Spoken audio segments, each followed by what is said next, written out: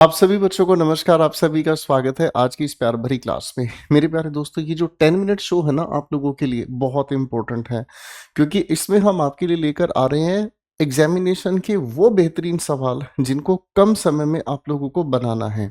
और आप लोगों को ये भी पता चलना चाहिए कि जी हल्के और जो भारी क्वेश्चंस हैं उनके बीच में किस तरीके से हमारी टेक्निक्स, हमारी ट्रिक्स काम आती हैं, जो आप मेरे साथ मिलकर एक रेगुलर बैच में डिटेल में पढ़ते हैं। तो चलिए समय बचाते हैं और आज हम समझने का काम करते हैं पैराजंबल्ड क्वेश्चंस कैसे बनाए जाते हैं। सबसे पहले आपके सामने स्क्रीन पर क्वेश्चन है, इसको एक बार आप लोग ध्यान से पढ़कर देखेंगे। चलिए दोस्तों, अब मैं इस क्वेश्चन को बनाता हूं।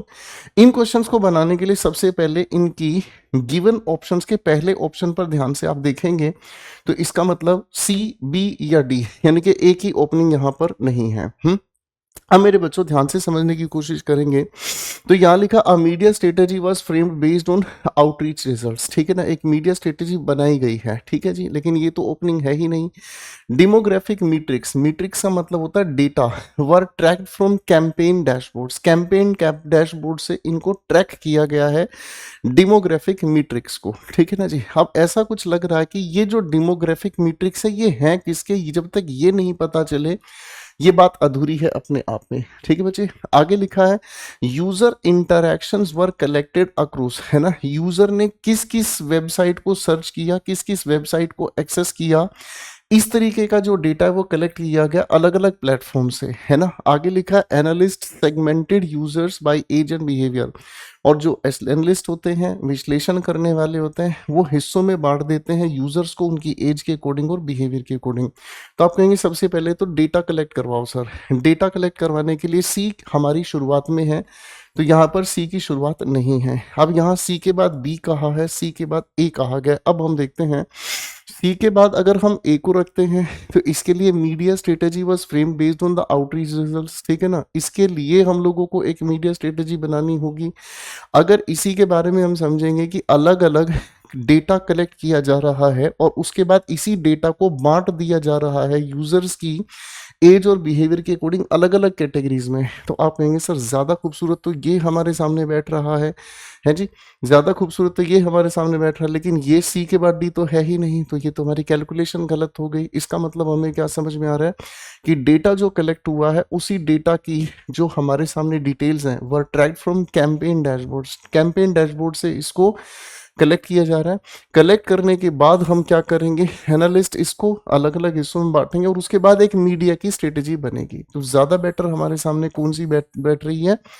अब आप कहोगे सर आपने डी को पहले क्यों पढ़ा। डी को हमने इसलिए पढ़ा क्योंकि सी के बाद बी लगाओ या ए लगाओ, लेकिन डी इमीडिएट है, तो डी की पॉसिबिलिटी को हमें देखना यहाँ पर जरूरी बन जाता है। Here we have the detailed explanation. चलिए बच्चों, क्वेश्चन नंबर 2 को एक बार बनाकर देखते हैं ये हमें क्या कहता है। आइए बच्चों, मेरे साथ इस क्वेश्चन को समझने की कोशिश करेंगे कैसे इसको क्रैक करना है। सबसे पहले ओपनिंग स्टेटमेंट सी है, ए है, बी है, सी है, यानी कि डी का कोई लेना देना नहीं है। कॉन्सिक्वेंटली का मतलब होता है परिणाम स्वरूप, यानी कि ये जो परिणाम निकलेगा किस चीज का परिणाम होगा वो बात इससे पहले बता दी जाए तो अच्छा है। ठीक है ना। आगे हमारे सामने लिखा है नॉन वर्बल क्यूज, ए की शुरुआत हो ही नहीं सकती, ये हमें समझ में आ गया। नॉन वर्बल, देखो वर्ब का मतलब अगर रूट लेवल पर मैं समझता हूं तो इसका मतलब होता है वर्ड, है ना, यानी कि जो शब्दों से नहीं इशारों से है। नॉन वर्बल जो हिंट्स होते हैं such as tone of voice, facial expression and body language can convey more meaning than verbal message, है ना। शाब्दिक मैसेज से ज्यादा आपकी टोन, आपका फेशियल एक्सप्रेशन या फिर आपकी बॉडी लैंग्वेज मीनिंग को कन्वे करती है। आपके घर पे मेहमान आया, मम्मी ने आपको कहा चाय पिएगा ये, तो टोन से समझ में आ गया कि मम्मी चाय पिलाना नहीं जा रही है। और अगर इसी बात को ऐसे कहा जाए चाय पी गई है, तो यानी कि मम्मी चाय पिलाने की इच्छा रखती हैं। तो पॉइंट ऑफ व्यू को समझने की कोशिश करते हैं। Communication is a complex process, communication एक बहुत ही कॉम्प्लेक्स प्रोसेस है जिसके अंदर इन्वॉल्व होते हैं exchange of information, ideas and feelings between individuals, दो लोगों के बीच ये चीज एक्सचेंज होती है।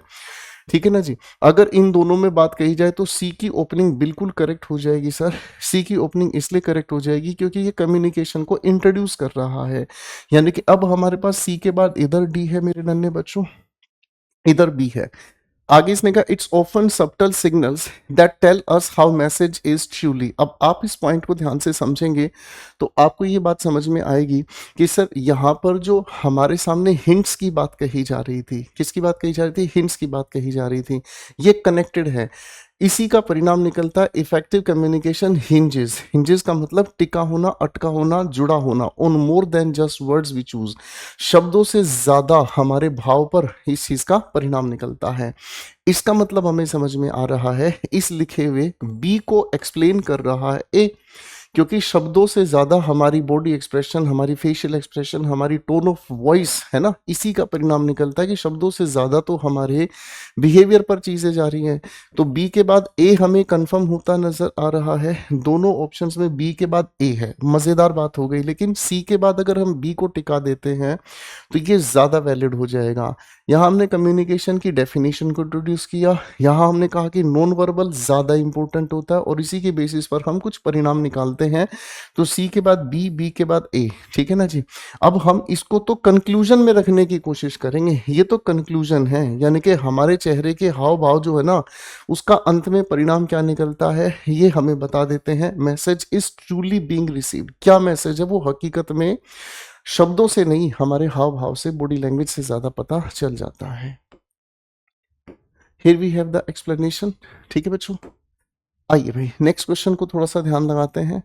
ठीक है, कम समय में इन क्वेश्चंस को बनाने के लिए आपको थोड़ा फास्ट फॉरवर्ड में, अगर आप इन सभी लिखे हुए सेंटेंसेस की हिंदी निकालते हैं गलत हो जाएगा। हिंदी निकालने के चक्कर में कई बार क्या होता है ना, कोई भी पैसेज की हिंदी आगे पीछे भी बैठाओगे वो जच जाएगी। मेरी बात समझे? चलिए तो हम अपनी टेक्निक लगाते हैं मेरे प्यारे दोस्तों, उसी टेक्निक पर बी सी ए डी। देखो हमारे लिए क्वेश्चन बहुत फेवरेट हो गया। रीजन क्या है, अगर ओपनिंग हमें मिल गई, ए बी सी डी चारों ओपनिंग अलग अलग दे रखी हैं, अगर ओपनिंग हमें मिल गई तो बाकी की सीक्वेंसिंग अपने आप ही फिट हो जाती है ना।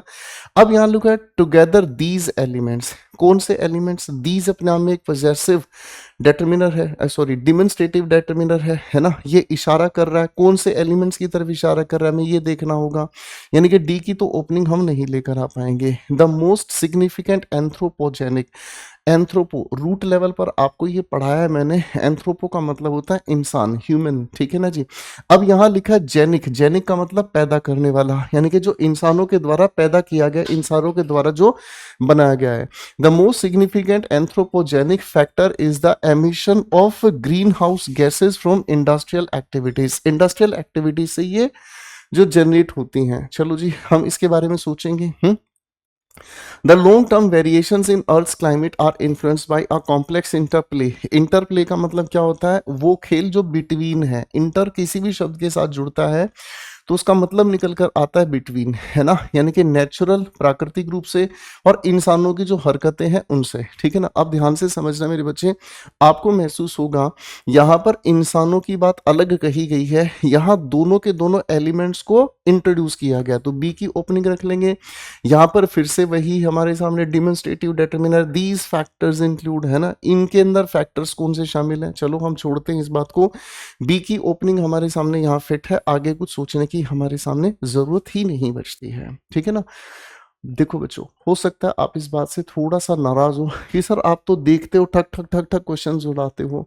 सर ये वो स्किल है जो आपको धीरे धीरे समझ आती है, और इस स्किल को सीखने के लिए आपको मेरे साथ मेरे फाउंडेशन बैच में जुड़ना होगा, जिसमें मैं आपको बिल्कुल धीरे धीरे ग्रामेटिकल सारे पॉइंट्स आपको समझाता चला जाता हूँ। क्योंकि जब आप इसकी आंसर की देखोगे तो यहाँ पर ये जो कनेक्टेड फॉर्मेट है ये तभी आपको बहुत अच्छे से समझ आएंगे। मेरी बात समझ है?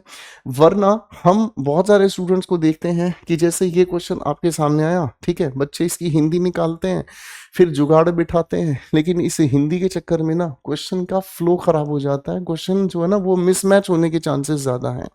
चलिए फिर टेक्निक बिठाते हैं, ए डी बी सी, यानी कि ओपनिंग अलग है, बस ओपनिंग हमें मिल जाए, कहानी खत्म। यहाँ पर लिखा है हमारे सामने प्रोनाउन। प्रोनाउन तब यूज होता है जब पहले नाउन लिखा हुआ हो, उसके बाद हम प्रोनाउन लिखें, है ना जी। ये शुरू होता है absorption of photons bye chlorophyll pigments. अब पता नहीं है किस बारे में कहा है, तो डी की ओपनिंग हम लोग नहीं लेकर आ रहे हैं। The captured light energy is then. Then का मतलब तब। तब कब? समय तो बताएं, पहले एक एक्टिविटी हो उसके बाद की बात कही गई हो, तो इसका मतलब सी ऑप्शन भी अपनी जगह वैलिड नहीं है। Plants, algae and some bacteria possess a unique ability to convert light energy into chemical energy, है ना। अब इसी प्रोसेस को कहा गया है कि दिस प्रोसेस, इसी प्रोसेस को जाना जाता है फोटोसिंथेसिस के नाम से। यानी कि बी के बाद ए हमें चाहिए, बी के बाद ए कहाँ है, ये हमारे सामने करेक्ट आंसर हो गया। बस इतना सा ही है सारा खेला, इतना सा ही सारा खेला है। क्वेश्चन को देखो, ठीक है ना जी, ग्रामेटिकल लिंक बनाओ, ठीक है, वो कैप बेस्ड लिंक बनाओ और क्वेश्चन को तोड़ दो। क्वेश्चन नंबर 5 को एक बार पहले सोल्व करके देखेंगे बच्चा पार्टी। क्वेश्चन नंबर 5 को एक बार पहले सोल्व करके देखेंगे। तो क्वेश्चन कैसे बनेगा, सबसे पहले हम टेक्निक बढ़ाते हैं। बी है, डी है, ए है, इसका मतलब सी ओपनिंग से कनेक्टेड नहीं है। अब हम इस क्वेश्चन को देखेंगे, यहां लिखा दिस प्रोसेस, है ना। दिस वही हमारे सामने डिमोन्स्ट्रेटिव डेटर्मिनर है। ये इशारा किसकी तरफ कर रहा है, यानी कि इससे पहले इसकी जानकारी हमें देनी होगी। इसका मतलब ए वाले ऑप्शन की शुरुआत बिल्कुल फिट नहीं बैठेगी, नहीं बैठेगी तो और देखते हैं। The diversity of life on earth is the result of a gradual process of change over vast spans of time, है ना। जो बहुत सारे समय का अंतराल है, उसी के अनुसार डाइवर्सिटी ऑफ लाइफ इस अर्थ पे जो है ना, वो परिणाम हमारे सामने देखने को मिल रहा है, जो बहुत बहुत सारे समय से चला आ रहा है। कहते हैं हमारे पूर्वज बंदर थे, है ना। अब बंदरों से हमारी पूंछ कहाँ गायब होगी, हमारी स्किन पे बाल कहाँ गायब हो गए, हमारा थोपड़ा ठीक कैसे हो गया, ये बहुत लंबे चौड़े समय की जानकारी है। ओपनिंग बैठ सकती है बी के साथ, ठीक है ना जी। आगे लिखा है this leads to the gradual accumulation of favourable traits within a population. एक पॉपुलेशन के अंदर फेवरेबल ट्रेट्स, ट्रेट्स का मतलब क्वालिटीज, है ना, इकट्ठी होती जा रही थी लगातार धीरे धीरे, ठीक है। It begins with the inherited variation among individuals where some possess characteristics that give them the advantage over others, ठीक है ना। तो ये शुरू होता है इनहेरिटेड वेरिएशन, जो लगातार हमारे पूर्वजों ने हमें दिए हैं, वो चेंजेस हमारी बॉडी में जो कई सारे इंडिविजुअल्स में देखने को मिला। वेयर सम possess, जहां कुछ लोग possess करते हैं कुछ क्वालिटीज को, that give them an advantage over others, दूसरों से ज्यादा उनको फायदा इस चीज का मिल जाता है, ठीक है। ये हमें देखने को मिलता है। अब मेरे भाई बी की ओपनिंग हम बैठा देते हैं, कोई दिक्कत नहीं है। अब बी के बाद ए है, बी के बाद डी है, ए या डी में से हम बैठाते हैं। तो डाइवर्सिटी ऑफ लाइफ के बारे में बताया। डाइवर्सिटी ऑफ लाइफ जो धरती पे, वो परिणाम है एक लंबे समय का जो इवोल्यूशन यहाँ पर होता जा रहा है, ठीक है ना। अब इसी की यहाँ पर शुरुआत कही गई है ना। ये शुरू होता है कहाँ से, यहाँ से शुरू होता है, तो बी के साथ डी अपन बैठा देते हैं। ये इसके लिए एक बेहतरीन करेक्ट आंसर बन जाता है, ठीक है बच्चों। आओ भाई आंसर देख लेते हैं, करेक्ट हो गया जी, ठीक है ना। अब किसी बच्चे को बी डी सी ए दिखाई दे रहा, मुझे सिर्फ बी की ओपनिंग दिखाई दे रहा है, डी इसके साथ दिख रहा है। समझ रहे, जो सिलेक्शन लेते हैं ना, वो बहुत लिमिटेड चीजों पर फोकस करते हैं। क्या आप मेरी बात समझ रहे हैं मेरे बच्चों, ठीक है, क्या आप मेरी बात समझ रहे हैं। चलिए जी अगले क्वेश्चन की ओर बढ़ते हैं। क्वेश्चन नंबर 6 हमें क्या कहता है, क्वेश्चन नंबर 6 हमें क्या कहता है, आइए देखने की कोशिश करते हैं। आइए बच्चों इस क्वेश्चन को अब हम समझने की कोशिश करते हैं, ये क्या कहता है। B D A C, opening मिलते ही क्वेश्चन पूरा खत्म है। ओपनिंग हमें देखनी है, कौन सा क्वेश्चन यहाँ पर ओपनिंग पे सेट बैठता है। आगे लिखा है it is a process. It एक डमी सब्जेक्ट है, किसको इंट्रोड्यूस कर रहा है ये हमें समझने की कोशिश करनी होगी, यानी कि ए की ओपनिंग नहीं हो सकती। Research is a foundational pillar of academic and scientific progress, है ना। वैज्ञानिक और जो एकेडमिक लेवल यानी कि जो स्कॉलास्टिक हमारा जोन है, इसमें विकास तभी हो सकता है जब इसके अंदर रिसर्च को एक फाउंडेशनल पिलर माना जाए। तो ओपनिंग ये जच रही है दिस फिर से है डिमोन्स्ट्रेटिव प्रोनाउन, तो ये इशारा किसकी तरफ कर रहा है ये हमें देखना होगा, समझ रहे हैं? तो ये हमें देखना होगा, है ना। यानी कि यहाँ से ए और सी दोनों चले गए मेरे भाई, ए और सी दोनों चले गए हैं भाई। The findings of this investigation, इस इन्वेस्टिगेशन, कौन सी इन्वेस्टिगेशन, इन्वेस्टिगेशन की तरफ इशारा करेंगे, यानी कि डी भी शुरुआत नहीं। जब हमारे तीनों ऑप्शन ही कट गए तो बचा हमारे पास एक ही है, जिसकी शुरुआत में हमें बी देखने को मिल रहा है, ठीक है जी। चलिए बच्चे, ओके, आप मेरी एक्सप्लेनेशन के साथ इनको भी पढ़ोगे तो और आपको मजा आएगा। 10 मिनट शो में यही मजेदार बात हमारे सामने है। क्वेश्चन नंबर 7 को ध्यान से देखते हैं भाई क्या कहता है। बच्चों क्वेश्चन को समझने की कोशिश करते हैं। सबसे पहले यहाँ थर्ड फर्स्ट, यहाँ सेकंड, यहाँ फर्स्ट, इसका मतलब फोर्थ की कोई लेना देना नहीं है। आपका टाइम वेस्ट करने के लिए पेपर ने क्या कर दिया, ABCD को 1 2 3 4 में लिखा है, लेकिन हम इतने तो अब मेच्योर हैं कि ये छोटी सी चीज हम आसानी से पकड़ सकते हैं, इसमें परेशान नहीं हो सकते, है ना। Sir molecular structure is a fundamental concept in chemistry, ठीक है ना, that describes the 3 dimensional arrangement of atoms in the molecule, ठीक है ना जी। आगे लिखा है दीज डिफरेंसेस, यहां पर फिर से हमारे सामने डिमोन्स्ट्रेटिव डिटर्मिनर है। ये इशारा किसकी तरफ कर रहा है हमें देखना होगा। It is typically represented, it किसके लिए यूज हुआ है, ये एक प्रोनाउन है, ढूंढना पड़ेगा। हाउएवर है ही नहीं शुरुआत में, जब हाउएवर शुरुआत में है ही नहीं तो इसका मतलब फर्स्ट की ओपनिंग हमें टिकानी पड़ेगी। फर्स्ट के बाद फोर्थ है बाबू, फर्स्ट के बाद थर्ड है ना।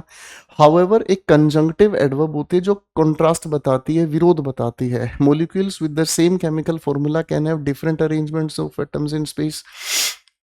यहाँ हमारे सामने का है, it is typically represented by structural formulas which illustrate the connectivity between atoms, ठीक है जी। Molecular structure is a fundamental concept, ये तो हमने ओपनिंग रखी ली है। दीज डिफरेंसेस, ठीक है ना जी। अब यहाँ ध्यान से समझने की कोशिश करना, यहाँ डिफरेंसेस की तो पार्ट ए में बात कही नहीं गई है ना। यहाँ पर जो ए में हमें बात कही गई है, इस बात को एक्सप्लेन कर रहा है थर्ड पॉइंट, ठीक है ना जी।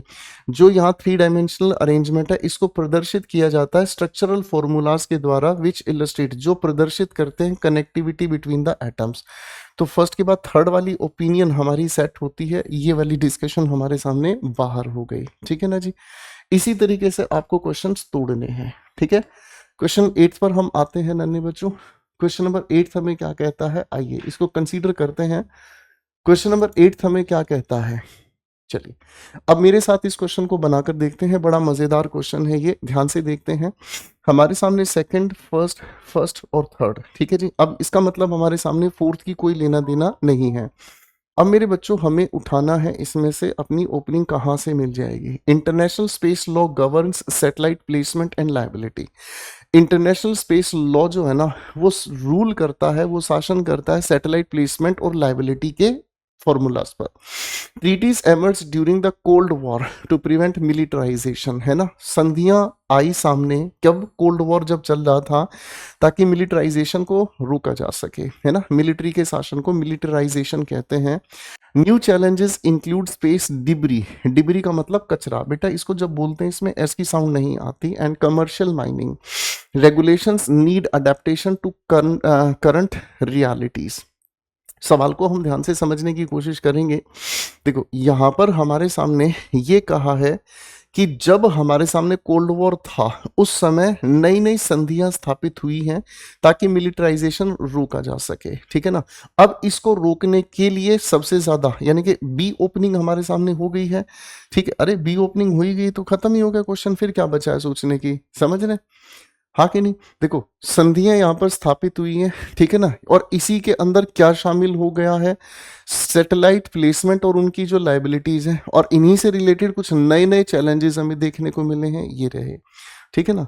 तो मेरे बच्चों मैं इसलिए आप लोगों को कहता हूँ, एक बार अगर डिटेल में खूबसूरती से चीज़ों को पढ़ लिया जाता है, समझ लिया जाता है, तो ये क्वेश्चंस बहुत आसानी से बनाए जा सकते हैं। चलिए एक क्वेश्चन नंबर 9 को भी मेरे साथ मिलकर सोल्व कर लेते हैं, ठीक है बच्चों।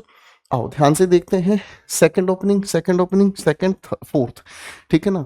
यानी कि ना तो सी की ओपनिंग है मेरे नन्हे बच्चों, ठीक है, और ना ही हमारे सामने क्या है, अच्छा A B, sorry second and fourth है ना। यानी कि सेकंड एंड फोर्थ है, इसका मतलब ना फर्स्ट की है।